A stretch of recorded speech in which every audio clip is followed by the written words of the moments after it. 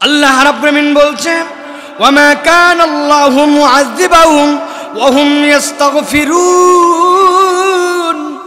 আর আল্লাহ রাব্বুল আলামিন জানায় রাখলেন, ও আমার হাবিব, আপনাকে দুনিয়ার যে জিন্দেগি, ওই জিন্দেগি আপনাকে এক পর্যায়ে শেষ হয়ে যাবে। নবী, আপনি হায়াতুন নবী, কিন্তু আপনার ইন্তেকাল হবে, আপনার পরিবর্তন হবে, আপনাকে আল্লাহ রাব্বুল আলামিনের সাথে মিলিত হতে হবে। আপনি চিরস্থায়ীভাবে দুনিয়ার উপরেই আপনি জিন্দেগি নিয়ে চলবেন না, কিন্তু আপনি যখন থাকবেন না তাদের মাঝে, তখন তাদেরকে কি বাঁচাবে, কি তাদেরকে আমার আযাব থেকে হেফাজত করবে?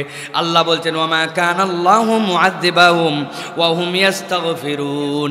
বান্দাদের মধ্যে থেকে একজন বান্দাও যদি আল্লাহর কাছে ইস্তেগফার করে, আল্লাহর কাছে ক্ষমা চায়, আমি আল্লাহ উম্মতে মুহাম্মাদের জন্য এইটার গ্যারান্টার হলাম, ওই বান্দাদের ইস্তেগফারের কারণে আমি এমন আযাব তাদেরকে দিব না যে এটাতে সমূলে ধ্বংস হয়। আযাব কিছু আসবে, কিন্তু আপনার উম্মত ইস্তেগফার করার কারণে তাদেরকে আমি আল্লাহ সমূলে ধ্বংস করে দিব না। একটা পয়েন্টের দিকে ফোকাস করে সেই আলোকে আমরা কোরআন সুন্নাহ থেকে কিছু কথা শুনে আমল করার নিয়তে আমরা চলে যাব ইনশাআল্লাহ। খুব গভীর মনোযোগে যাবতীয় ক্লান্তিকে ঝেড়ে ফেলে এই কথাগুলি আমাদের অনুভব করতে হবে। রমাদান বিদায়ের প্রাক্কালে কিন্তু আমাদের হিসাব মিলাতে হবে যে আমরা কি ওই হাদিসের মধ্যে পড়ে যাচ্ছি কিনা, যেখানে নবীজি বললেন যে রমাদান পেল আর নিজের গুনাহ খাতা মাফ করতে পারল না, রগিমা আনফুহ, জিবরাইল আমিন বললেন তার নাক ধুলামলিন হোক, মানে সে ধ্বংস হোক। নবীজি বললেন আমিন। এখন নবী যদি আমিন বলেন আর ওই তালিকার মধ্যে যদি আমরাও পড়ে যাই, তাহলে আমাদের এই ধ্বংস থেকে বাঁচানোর আর কোনো উপায় থাকবে না। এই জন্য আজকে আমরা রমাদানের এমন একটা নাম জানব যেই নামের প্র্যাকটিসটা আমাদের সমাজে নাই। রমাদানের অনেক নাম আমরা জানি। রমাদানের নাম কি? শাহরুল কোরআন। রমাদানের নাম কি? শাহরুল মুআসাত। রমাদান সহমর্মিতার মাস, রমাদান সিয়ামের মাস, রমাদান কিয়ামের মাস, রমাদান লাইলাতুল কদরের মাস, রমাদান রহমতের মাস, মাগফিরাতের মাস, নাজাতের মাস, রমাদান শয়তানকে আবদ্ধ করার মাস, রমাদান জান্নাতের দরজা খুলে দেওয়ার মাস। এই নামগুলো আমরা জানি না ভাই, কিন্তু এর বাহিরেও রমাদানের আরেকটা নাম আছে, সেইটা হচ্ছে রমাদান হচ্ছে শাহরুল ইস্তেগফার। রমাদান হচ্ছে আল্লাহর কাছে ক্ষমা চাওয়ার মাস। সুবহানাল্লাহ। কিন্তু আমরা রমাদানের ইউনিক নামটা হৃদয় অনুভব করি না, এবং কোরআন সুন্নাহর আলোকে আমরা নিজেদেরকে উপস্থাপনও করি না। এখন জিজ্ঞাসা হচ্ছে, বলেন তো, আল্লাহর কাছে রমাদান ইস্তেগফারের মাস, এখন আল্লাহর কাছে ক্ষমা চাবে কে? যার অপরাধ আছে সে আল্লাহর কাছে ক্ষমা যাবে, ঠিক কিনা? কথা তো জোরে ঠিক বলছি, কিন্তু একটু হিসাব যদি মিলাই, আমাদের যে আকীদা, আমরা যে সহি আকীদা লালন করি, সেই আকীদাতে বলেন তো নবী করিম সাল্লাল্লাহু আলাইহি ওয়াসাল্লামের আমল নামায় কোনো গুনাহ খাতা আছে? নাই। নবীরা কি মাসুম? বলেন নবীরা কি মাসুম?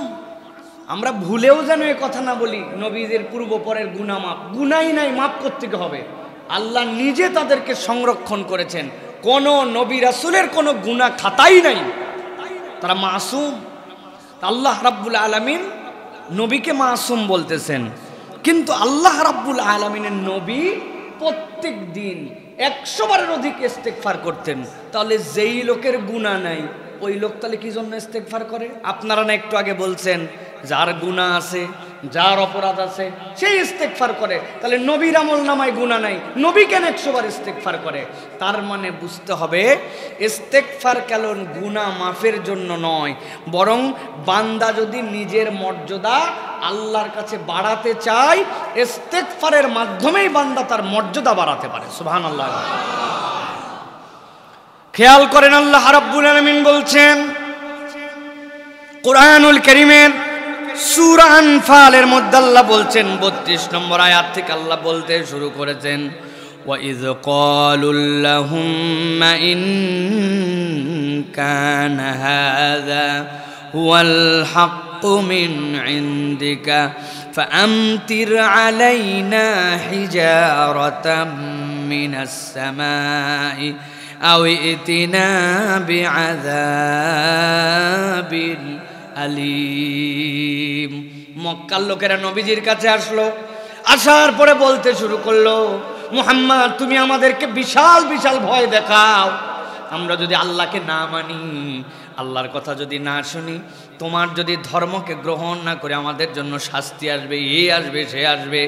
আমরা চ্যালেঞ্জ দিলাম, তুমি তোমার আল্লাহকে বলো, ওয়াইজ ক্বাল্লাহুম্মা ইন কানা হাযা হুয়াল হক, তোমার কথা যদি সত্য হয়, ইসলাম যদি সত্য হয়, কোরআন যদি সত্য হয়, তোমার রব যদি সত্য হয়, তাকে তোমার রবের কাছে তুমি বলো, ফাআমতির আলাইনা হিজারাতাম মিনাস সামা, আসমান থেকে যেন আমাদের উপরে পাথর নিক্ষেপ করা হয়।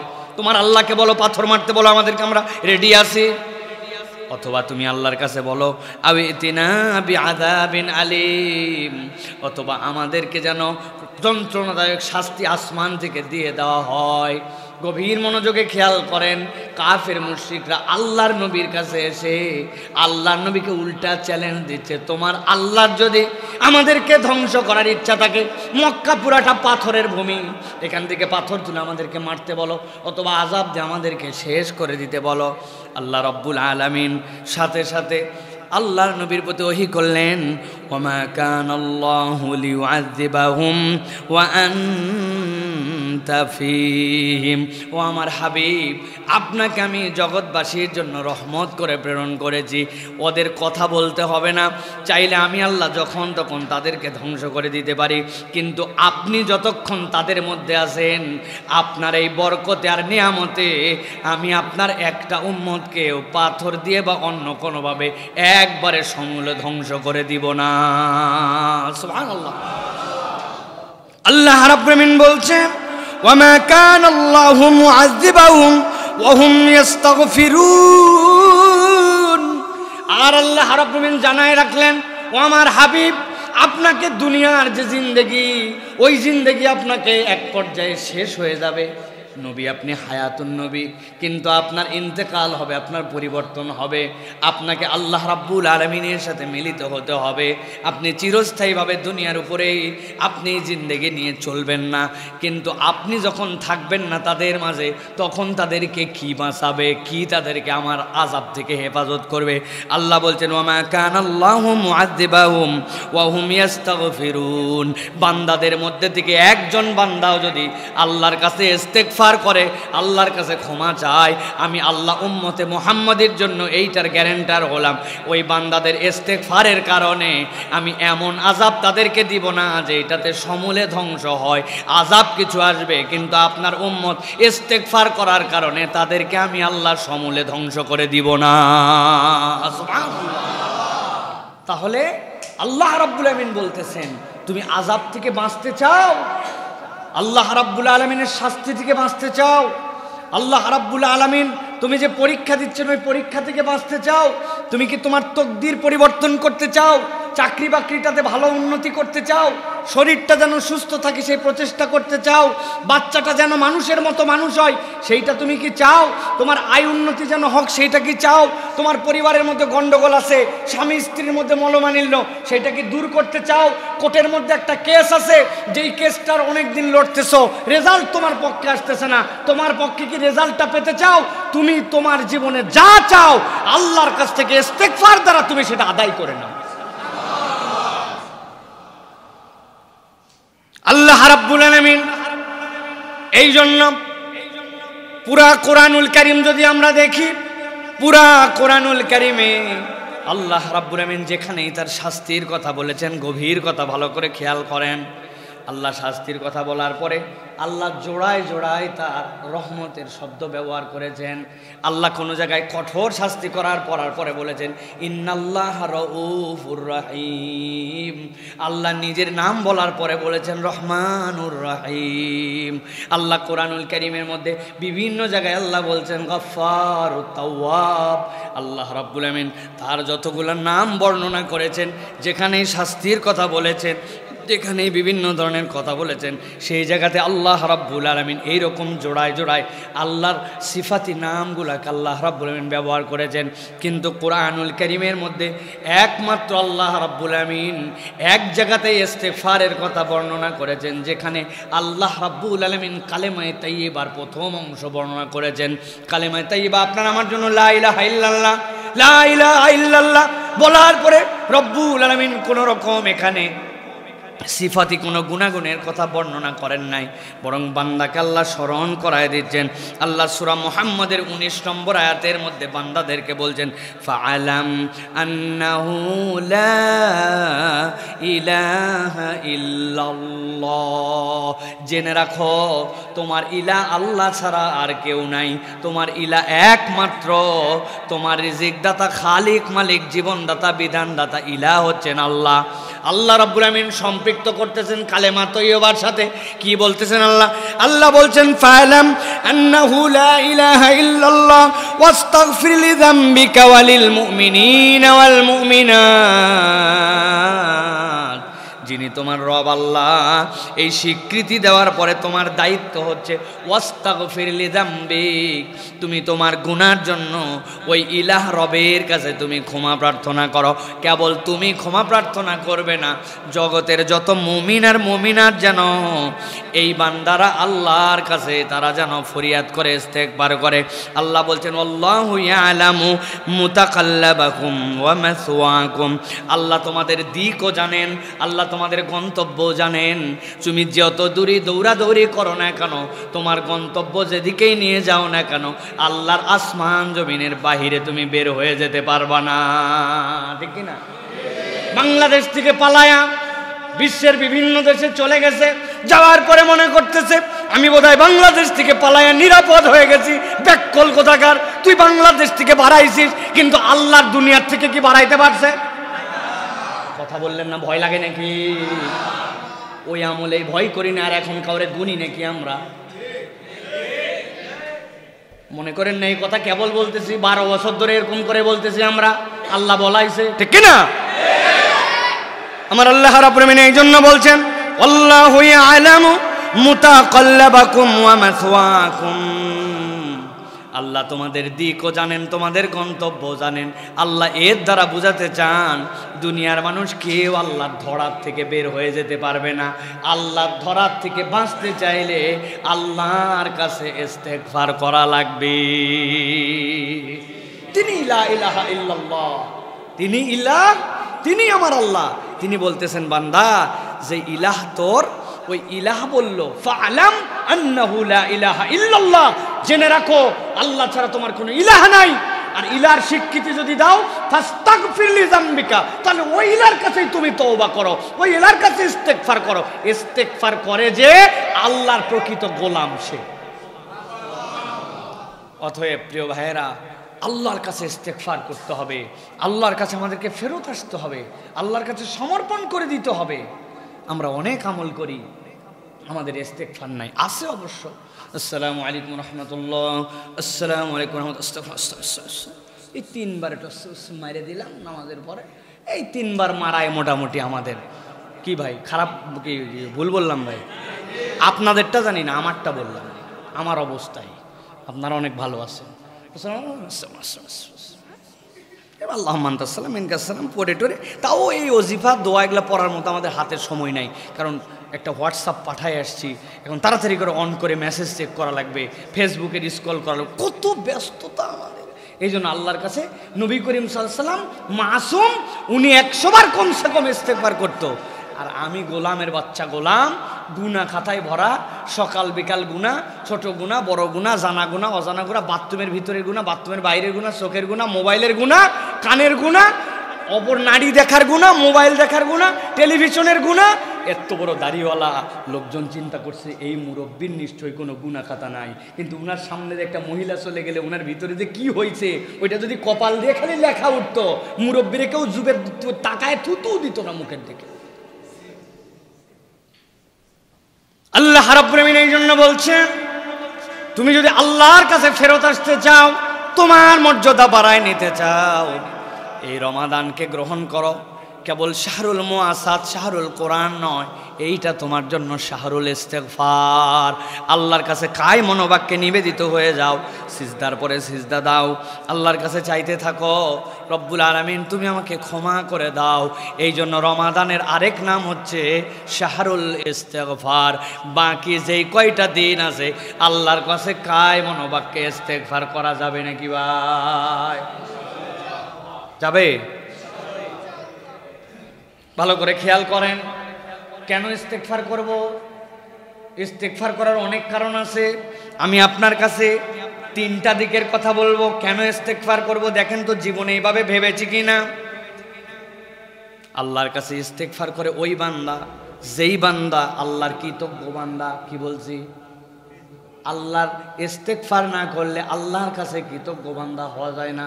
হুজুর, কৃতজ্ঞতা আদায় করার জন্য তো আলহামদুলিল্লাহ বলতে হয়, কিন্তু ইস্তেগফার আবার কেমন করে কৃতজ্ঞতা? আমার কথা নয়, সূরা আরাফ 143 নম্বর আয়াত কোরআন আমাদেরকে সাক্ষ্য দিচ্ছে। আগে ঘটনার প্রেক্ষাপটটা বোঝেন। আল্লাহ মূসা আলাইহিস সালামকে ডাক দিলেন, মূসা তুমি না চাইছো আল্লাহ রাব্বুল আলামিনকে দেখবে, দেখা সম্ভব নয়, তবে রব্বুল আলামিনের সাথে তুমি কথা বলতে পারো, তুর পাহাড়ে চলে আসো। মূসা আলাইহিস সালাম তুর পাহাড়ে চলে গেলেন। জুতা খোলো, জুতা খোলো, এটা পবিত্র প্রান্তর, চলে আসো। জুতা খুলে মূসা আলাইহিস সালামের কাছে আল্লাহ রাব্বুল আলামিন যখন ঝলক দিলেন, সাথে সাথে মূসা আলাইহিস সালাম অজ্ঞান হয়ে গেলেন। এমন অজ্ঞান হলেন, কোনো হুঁশ নাই, জ্ঞান নাই। আল্লাহ রাব্বুল আমিন তার রহমত দিয়ে তাকে আবার জাগ্রত করে দিলেন। খেয়াল করেন, যখন তিনি আল্লাহর কথা শুনতে পেলেন, যখন তিনি আবার জাগ্রত হলেন, এখন জাগ্রত হওয়ার পরে আল্লাহর বান্দা তো কৃতজ্ঞতায় আলহামদুলিল্লাহ বলার কথা। আলহামদুলিল্লাহ কৃতজ্ঞতার ভাষা, কিন্তু আল্লাহ শিখাচ্ছেন, ওই মূসার মুখ দিয়ে আল্লাহ রাব্বুল আমিন জানায় দিচ্ছেন কৃতজ্ঞতার আরেকটা ভাষা হচ্ছে ইস্তেগফার। ফালাম্মা আফাকা ক্বালা সুবহানাকা তুবতু ইলাইকা ওয়া আনা আউয়ালুল মুমিনিন। মূসা জ্ঞান ফেরত পেয়ে গেল। জ্ঞান ফেরত পাওয়ার সাথে সাথে আল্লাহর কাছে বলতে শুরু করলো, ও আমার প্রভু, তুমি হচ্ছ পবিত্র সত্তা, তোমার দরবারে আমি জ্ঞান ফিরে পাওয়ার পরে তুমি আমাকে যে নিয়ামত দিলে, আমি প্রথম যে কাজ করতেছি, আমি আল্লাহ তুবতু ইলাইকা, তোমার কাছে আমি ইস্তেগফার করতেছি। অতএব কৃতজ্ঞতার আরেকটা ভাষা, আমার আল্লাহ আমাকে নিয়ামত দিয়েছেন, আমার আল্লাহ আমাকে অনুগ্রহ করেছেন। আল্লাহর অনুগ্রহটা আল্লাহর প্রতি জানানোর জন্য বান্দা আল্লাহর কাছে ইস্তেগফার করে। আর তিনি বললেন, ওয়া আনা আউয়ালুল মুসলিমিন, কে কি করবে আমি জানি না, আমি আল্লাহ তোমার কাছে তওবা করে স্বীকৃতি দিলাম, আমি তোমার কাছে স্যালেন্ডারকারী প্রথম মুসলমান। সুবহানাল্লাহ। এই জন্য প্রিয় ভাইয়েরা, আল্লাহর কৃতজ্ঞ বান্দা যে আল্লাহর কাছে ইস্তেগফার করে সে, আর যেই বান্দা আল্লাহর কাছে ইস্তেগফার করে না, ওই বান্দা আল্লাহ তকব্বুরকারী বান্দা, প্রকাশ করে না কিন্তু তার মধ্যে একটা ভাব আছে, এত ইস্তেগফার আমার লাগে না, এরকম মুড নিয়ে ঘোরাফেরা করে। এই জন্য আমরা যদি আল্লাহর কাছে কৃতজ্ঞ হতে চাই, রব্বুল আলামিনের কাছে যদি কৃতজ্ঞতার বহিঃপ্রকাশ দেখাতে চাই, তাহলে আল্লাহর বান্দা আল্লাহর কাছে ইস্তেগফার করবে।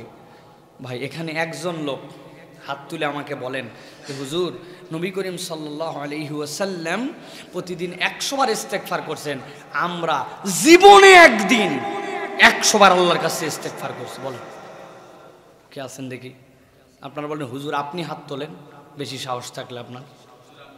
মাশাআল্লাহ, আলহামদুলিল্লাহ, আলহামদুলিল্লাহ। লোক আছে, আছে। আল্লাহর দুনিয়া এমনি এমনি চলতেছে না। অনেক ভাই ব্রাদার আছে নিজের আমল জানান দিচ্ছেন না, এই জন্য হাত তুলতেছে না, কিন্তু করেছে অনেক ভাইরা। দুনিয়া এমনি চলে না। আল্লাহর অনেক ভালো বান্দা আছে, তবে আমরা আল্লাহর অনেক ভালো বান্দাদেরকে প্রশংসা করে কেবল ভাসাতে চাই না, আমরাও আল্লাহর ভালো বান্দা হতে চাই, ঠিক কি না?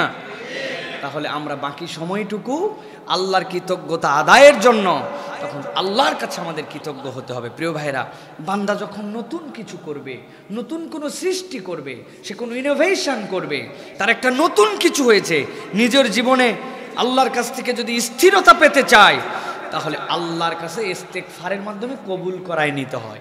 আমি একটা এমন কিছু করেছি, একটা দোকান দিছি, একটা চাকরিতে জয়েন করেছি, আমার একটা বাচ্চাকে কোচিং করাতে দিছি, আমার একটা বাচ্চাকে মাদ্রাসায় দিছি, অথবা আমি নতুন কিছু একটা করার চেষ্টা করতেছি। কথার কথা, আমি একটা ইজি বাইক নতুন কিনছি, আমি একটা নতুন বেতন দিয়ে জামা কাপড় কিনতে গেছি, আমি নতুন কিছু একটা করেছি।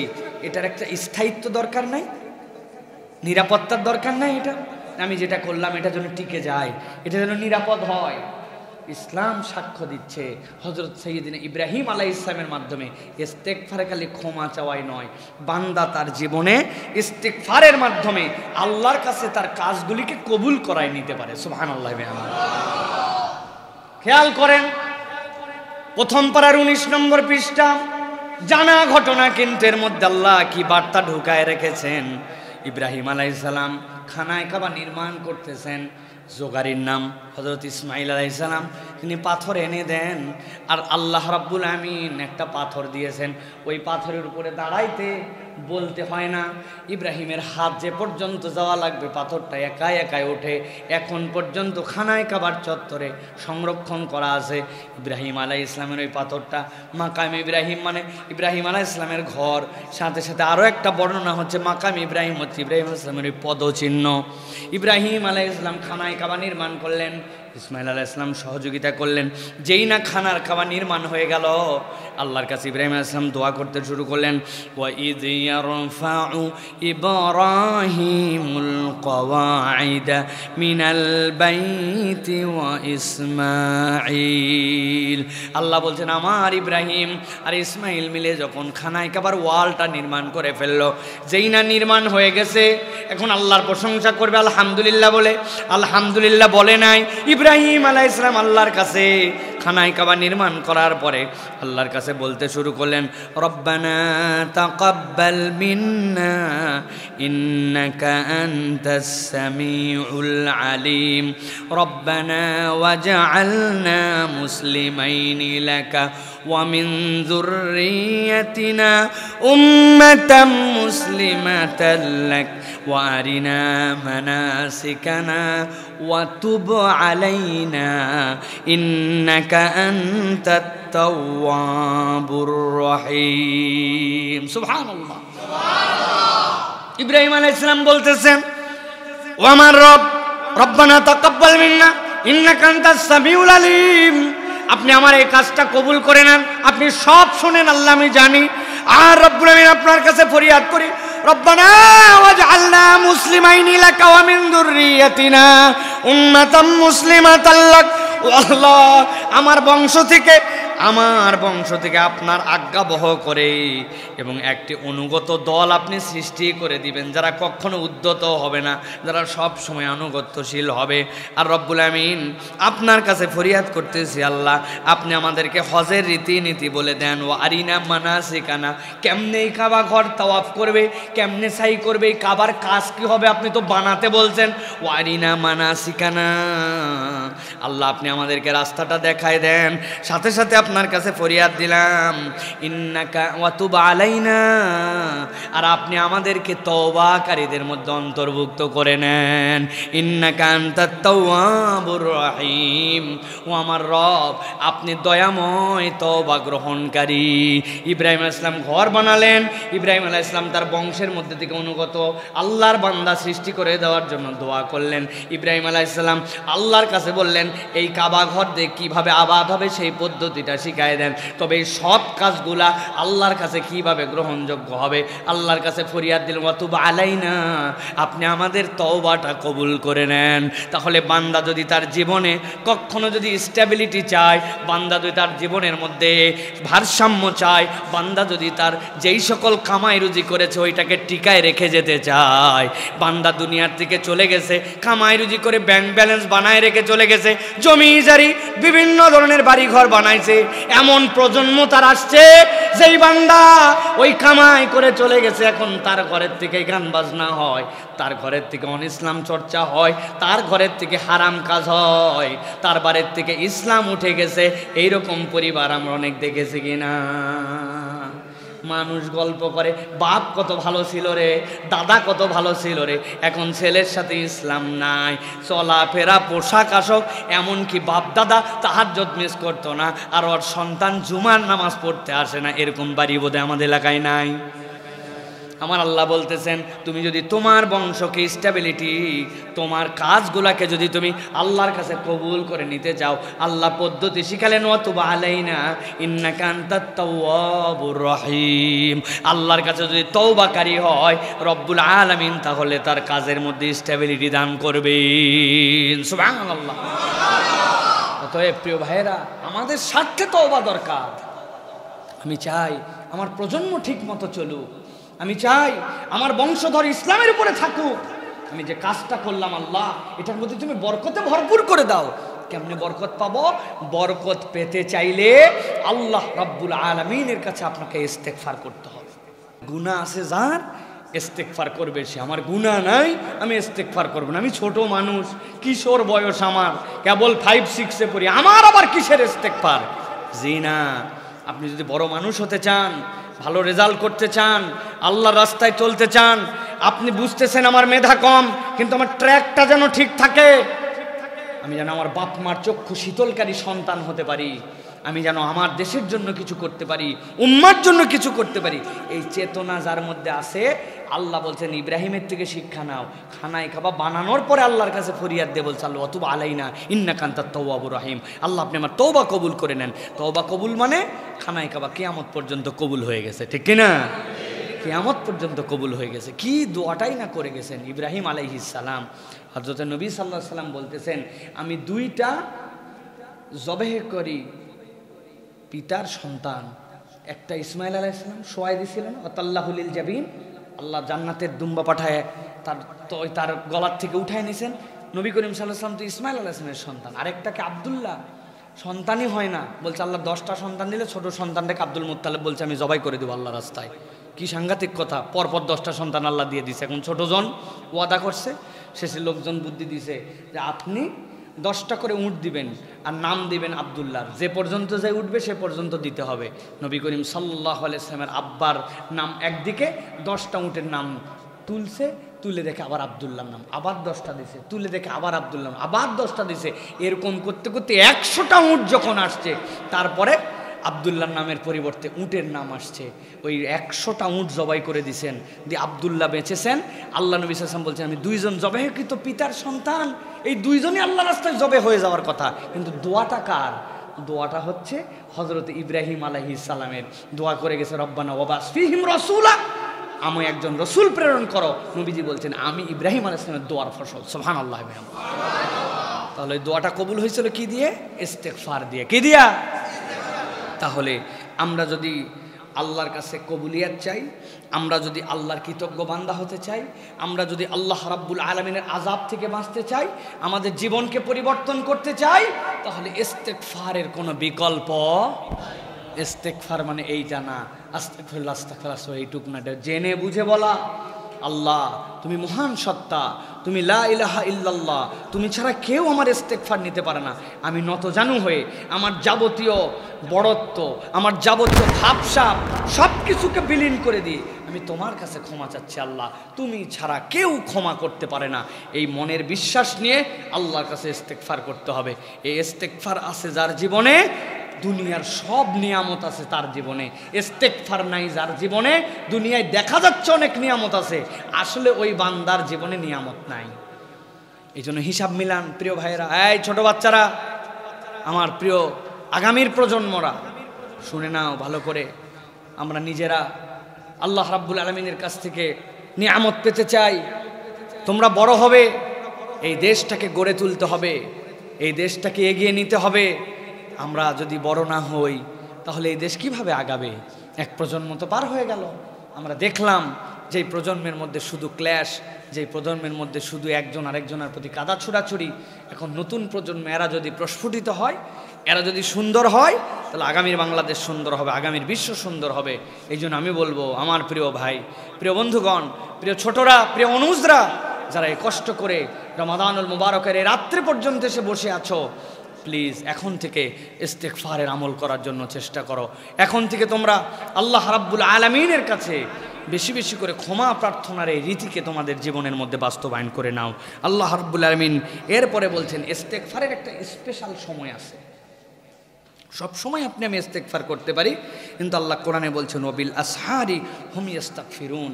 একদল লোক আছে, দোজ আর দ্য পিপল, তারা ভিআইপি পিপল, তারা আল্লাহ রাব্বুল আলামিনের চুজি বান্দা। আল্লাহ রাব্বুল আলামিন স্পেশালভাবে তাদেরকে নিয়ামত দিয়েছেন। তারা কারা? আল্লাহ বলছেন ওয়াবিল আসহার। সুহুর মানে কি বলেন তো? ওই যে সকালবেলার যে সাহারি খাই আমরা। আল্লাহ বলছেন ওয়াবিল আসহার। এই বান্দারা যেমন তেমন বান্দা নয়, এই বান্দাগুলো আল্লাহ রাব্বুল আলামিনের বিশেষ বান্দা। কিভাবে বিশেষ? ওরা সব সময় তো ইস্তেগফার করে, কিন্তু এই সাহারির সময় যেটা হয় ওই সময়টুকুতে আল্লাহর কাছে ক্ষমা প্রার্থনা করে। তার মানে রাত যখন শেষ হয়ে ফজরের প্রত্যুষ পুরা পৃথিবী যখন ঘুমিয়ে ওই বান্দা আল্লাহর কাছে উঠে যায়, উঠে আল্লাহর কাছে ক্ষমা চায়। সুবহানাল্লাহ। আমরা এই সুযোগটা রমজান ছাড়া এভাবে সকলের জন্য কমনলি পাই না। আমরা সাহারি নিয়ে ব্যস্ত হয়ে যাই, কত আইটেম খাবো, মা বোনেরা রান্নাঘর থেকে সার্ভিস দিচ্ছে, ডাইনিং টেবিল ভরা, সাহারির আজানের আগ পর্যন্ত একবারে ধুমধুমায় খাওয়া। অথচ আল্লাহ বলছেন এই সময়টুকু কেবল খাবার সময় নয়, এই সময়টুকু তোমার ইস্তেগফারের সময়, এই সময়টুকু আল্লাহর বিশেষ বান্দাদের সময়। সব বান্দা এই সময় ক্ষমা চাইতে পারে না। আমরা রমাদানে এই প্র্যাকটিসটা করি না কেন? এই সময় একটুখানি খাবার পেরেশানি কমালাম, উঠলাম, ওযু করলাম, 2 রাকাত সালাত আদায় করলাম, আল্লাহর কাছে একটু ইস্তেগফার করলাম কায় মনোবাক্যে। আল্লাহ রাব্বুল আমিন তাহলে ওই স্পেশাল বান্দাদের মধ্যে আমাদেরকে অন্তর্ভুক্ত করে নেবেন। আল্লাহ রাব্বুল আমিন যেন তৌফিক দান করেন, বলেন আল্লাহুম্মা আমিন।